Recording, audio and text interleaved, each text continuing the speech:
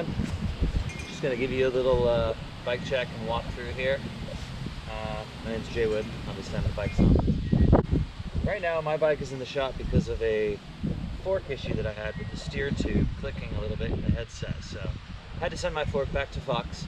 But I am gonna run through this while I have it and just kind of give you my lowdown on what I feel about the SB-130, what I've learned about this SB-130, the Lunch Ride edition actually. We'll go over the parts, components, spec, how it rides and how it compares to my Mega Tower, and how it compares to every other bike I've ever ridden. So for a 137mm rear end, it's a lot more sensitive and supple feeling than the 130, the original 130. So it does have a little bit of a softer initial feel, while still remaining super firm and super snappy as the Yetis tend to do. They're just really stiff under pedaling power, and they just steamroll over everything. No matter how chunky it is in front of you, you just press into these pedals or stand up through something, and it just continues on like nobody's business. So this is really awesome about this bike.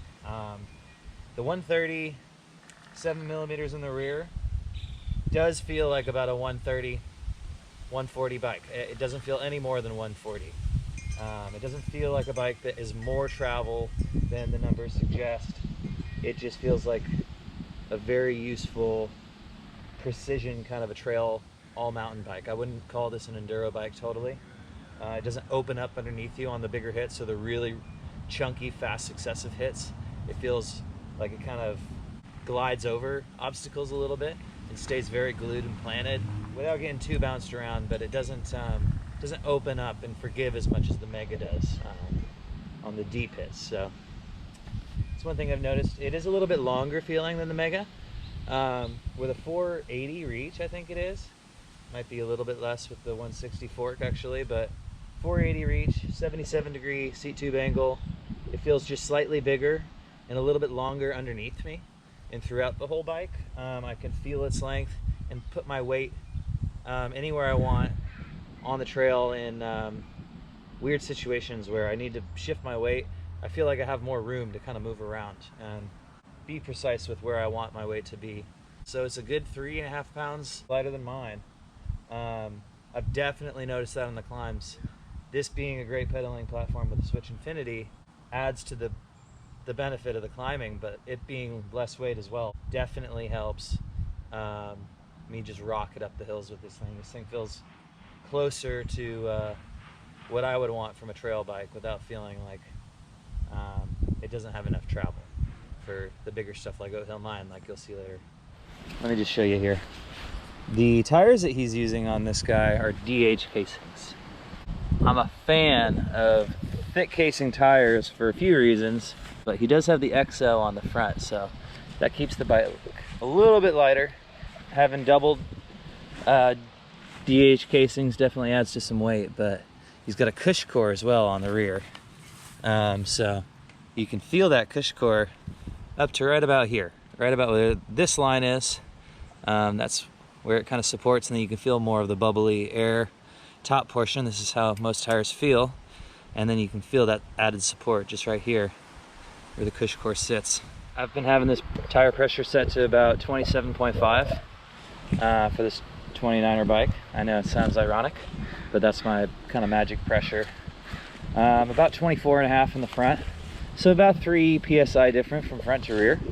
And I haven't had any issues with this exo casing folding or bubbling on me at a 24 psi or a lower psi.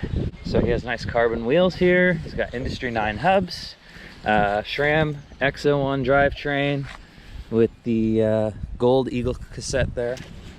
Fox 175 dropper post, ergon saddle, P&W loam lever, of course. Probably the best lever on the market at the moment. Code, RSC brakes.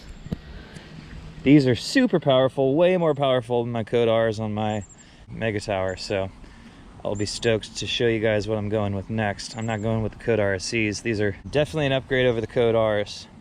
I'm going to be going with some Haze. I'll get to that later. It's got Industry 9 stem. It's pretty sweet here. I like the little blue faceplate Matches the bike well. And I like that he has this Garmin mount here. I really just like the simplicity and ease of having this guy. He's got some sweet little tools here he's got built on the side. These things are pretty lightweight and really all you need when you're out on the trail. He's got some more on this side. So, a few different sizes there. And I think that's about it. Mainly, I just gotta give Russell a huge thanks for letting me test this thing and letting me ride it and get a good feel for what the Lunch Ride Yeti feels like. And definitely makes me curious to see what Yeti's gonna do in the future.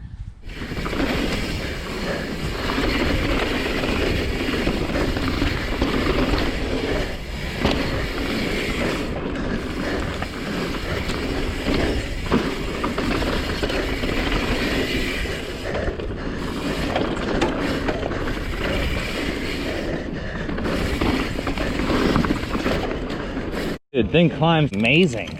It's unreal how it climbs.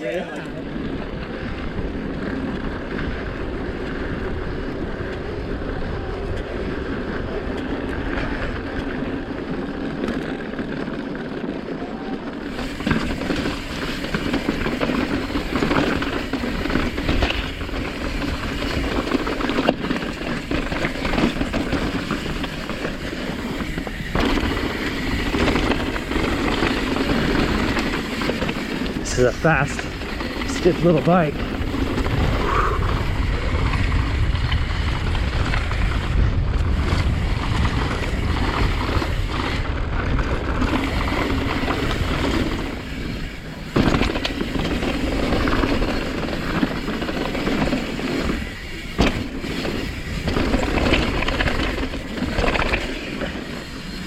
Wow. Yeah, I can feel the limits on this thing just a little bit on that really chunky stuff.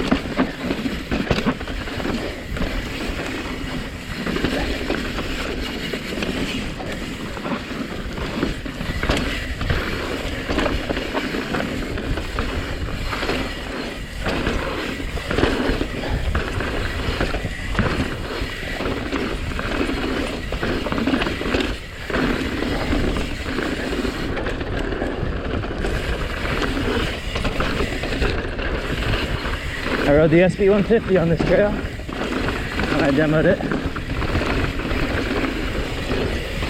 Man, just a little bit sharper, crisper, and faster.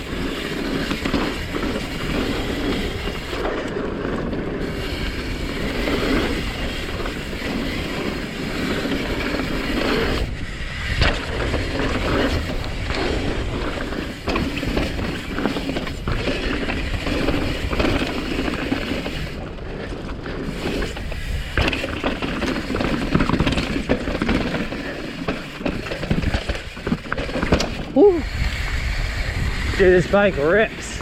The downhills is like a knife. It's just so supportive and then stiff when you want it to be. Definitely changes my mind about this bike. It's not an enduro bike, but super capable. Whew.